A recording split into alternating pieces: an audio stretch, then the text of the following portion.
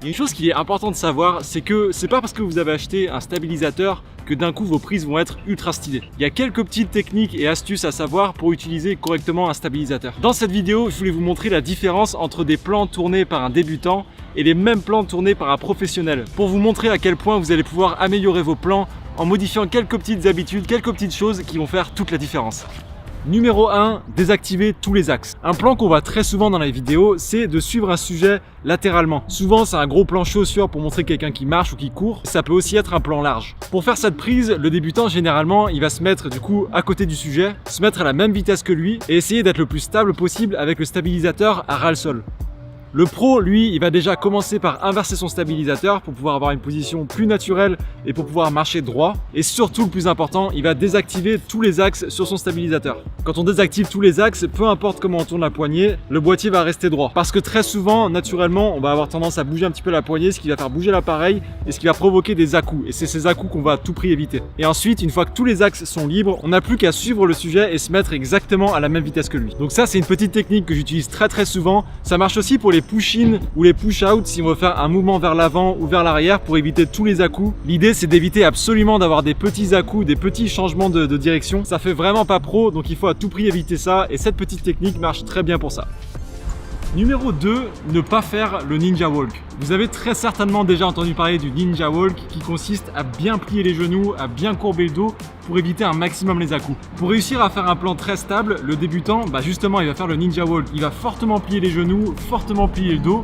Le pro, lui, justement, il va pas faire le ninja walk. Lui, il va venir se redresser, micro-plier les genoux, vraiment légèrement les plier. Et surtout, le plus important, il va venir dérouler le pied très fluidement du talon jusqu'à la pointe des pieds. Ça va être une position qui sera beaucoup plus naturelle. Si vous faites des longues journées de tournage, vous allez vite le sentir si vous faites le ninja walk qu'on connaît tous avec le dos courbé. Et quand on fait le ninja walk, le corps il est tellement plié qu'il n'a pas la place d'absorber tous les mouvements. Ce qu'il faut essayer de faire, c'est d'avoir deux endroits où votre corps va un peu faire un effet de ressort au niveau des genoux et au niveau des bras. C'est les deux endroits où vraiment votre corps va absorber tous les mouvements. Astuce très importante aussi, il ne faut pas tenir le stabilisateur droit devant soi comme ça parce que quand on va marcher, la caméra aura tendance à bouger de bas en haut comme ça.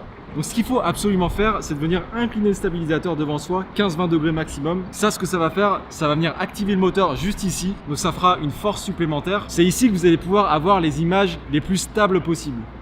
Allez, troisième point, ça va être d'utiliser un premier plan. Souvent, au début des vidéos, on a besoin de situer un endroit, donc de faire une prise large pour montrer les lieux. Le débutant, ce qu'il va faire, c'est de faire une prise très large, peut-être de rajouter un petit push-in, un push-out ou un mouvement latéral pour essayer de rendre la prise plus intéressante, mais il va s'arrêter là. Le pro, lui, il va passer plus de temps déjà à composer un cadre, à réfléchir un petit peu au plan qu'il pourra faire. Et l'une des meilleures façons de créer un joli cadre, c'est d'utiliser un premier plan. Du coup, ce qu'il va faire, il va déjà commencer par baisser le stabilisateur pour avoir un angle un peu plus intéressant en rasant le sol pour changer un peu les dimensions et il va utiliser quelque chose au premier plan en amorce pour pouvoir jouer un peu justement avec les perspectives. L'intérêt d'un stabilisateur, c'est de jouer avec les mouvements. Donc le fait d'avoir un premier plan, on va pouvoir vraiment jouer avec les perspectives et rendre les prises beaucoup plus intéressantes. Donc je vous recommande fortement d'essayer d'intégrer des premiers plans dans vos vidéos, surtout si vous utilisez un stabilisateur. Numéro 4, séquencer les plans. Imaginons par exemple, on veut suivre un sujet qui va vadrouiller à droite à gauche. Le vidéaste débutant va suivre le sujet, peu importe ce qu'il fait, il va le suivre en essayant de le garder plus ou moins au milieu du cadre pour que ce soit sympa. Peut-être qu'en post-production, il va jouer avec les accélérés pour pouvoir dynamiser un peu la prise. Ça, c'est le type de plan que je vois très souvent chez les vidéastes débutants. Le vidéaste pro, au lieu de faire un seul long plan, il va venir séquencer tout ça et faire plein de petites prises. Et le but, ça va être de ne faire qu'un seul mouvement par plan. Ça peut être une petite rotation, ça peut être un push-in,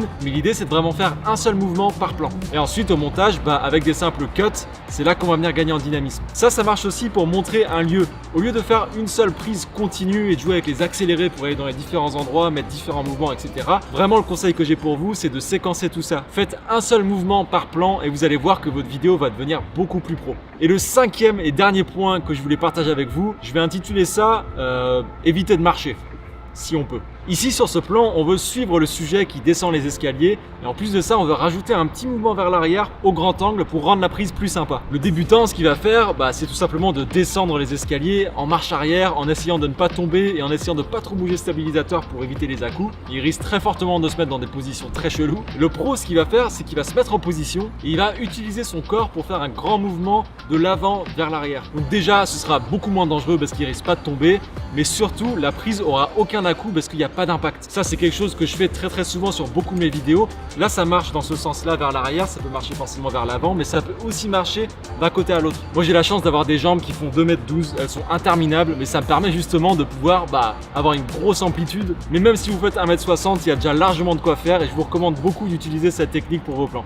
Je voulais finir cette vidéo avec 2-3 tips en mode bonus pour vous remercier d'être encore là à la fin de cette vidéo parce que c'est pas tout le monde. Ce que je voulais vous dire, c'est que il faut pas oublier que c'est une chose de faire des beaux plans esthétiques au stabilisateur, mais dans la limite du possible, il faut absolument penser au storytelling avant de sortir shooter. Au lieu de faire plein de mouvements différents au stabilisateur pendant le tournage et d'après arriver en post-prod et de se dire qu'il n'y a pas vraiment de sens à tout ça, ça va beaucoup vous aider de réfléchir à tout ça en amont et de réfléchir à pourquoi vous allez vouloir faire tel ou tel mouvement. Ah oui, et aussi important, il faut éviter d'avoir que des prises filmées au stabilisateur sur une vidéo. Parce que si on a des mouvements dans tous les sens qui se ressemblent très souvent d'ailleurs, vous allez avoir une vidéo qui est un peu monotone, qui se ressemble du début à la fin et c'est ça qu'on veut absolument éviter. Il faut essayer un maximum de varier les prises, donc de ne pas utiliser un stabilisateur du début à la fin de la vidéo.